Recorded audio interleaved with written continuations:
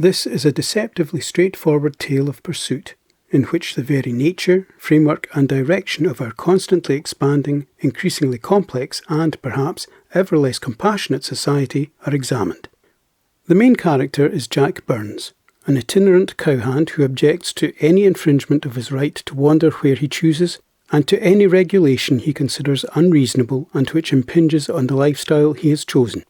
Other characters are explored to some degree, but they remain largely secondary in that their principal purpose is to shed light on or draw comparison to Jack Burns.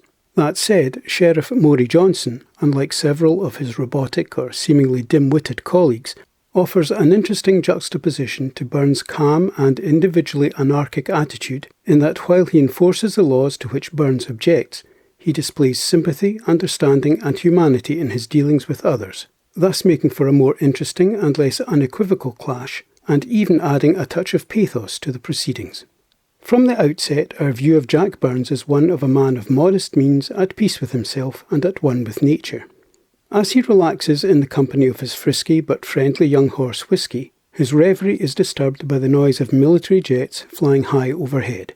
This image gently and rather poetically introduces us to one of the main themes of the piece, the conflict and contrast between the old and the new, or working with nature and attempted technological mastery of it. The fact these are military jets may also have served as a reminder of the influence of the military in society at that time. Shortly after this introduction, we see Jack, astride Whisky, try to cross a tremendously busy highway, a short journey that almost ends in disaster. Once again, this invites comparison between the relative simplicity of the old and the complexity of the new, with Jack and Whisky's old-fashioned, close and codependent partnership almost losing out to the fevered, relentless and ruthless modern traffic as Jack insists on going in the direction he has chosen in spite of the obvious danger and threat. These scenes give us essential information about Jack's determined yet modestly content character, while also providing a broader comparison between the relatively calm and gentle world as it was and the noisy, pressurised and mechanical world as it is. This is a theme that will be revisited, and we will return to the image of the highway at the end of the film. After a considerable absence during which he has exercised his freedom to go where he wished and found transient work as a cowhand to earn his living, Jack pitches up at the home of his friends Jerry and Paul and receives a warm welcome from Jerry.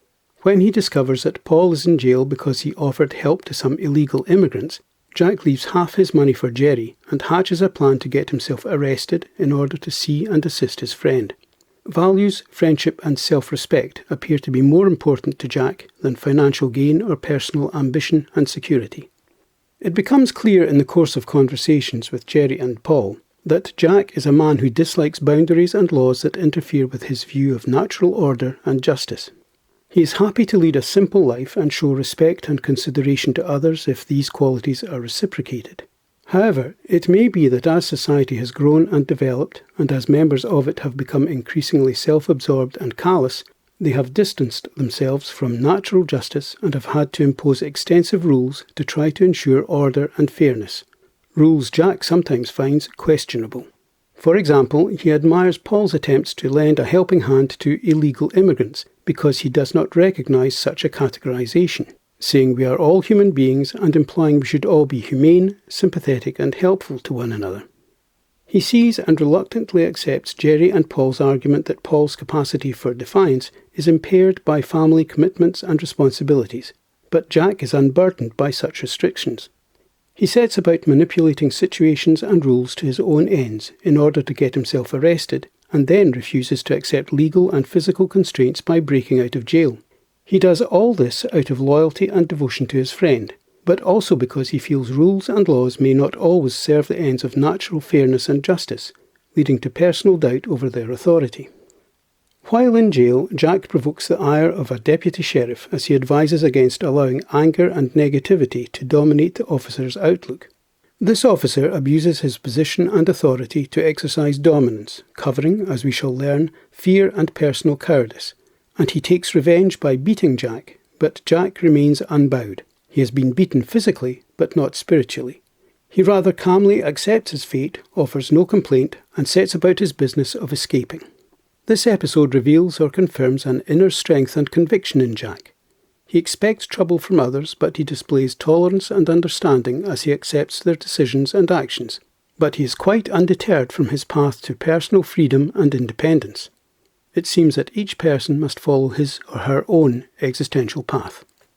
As Jack and Whiskey climb a mountain beyond which lie Mexico and freedom, there is a series of pursuits and confrontations which underline the contrast between the old and the new, or nature and technology.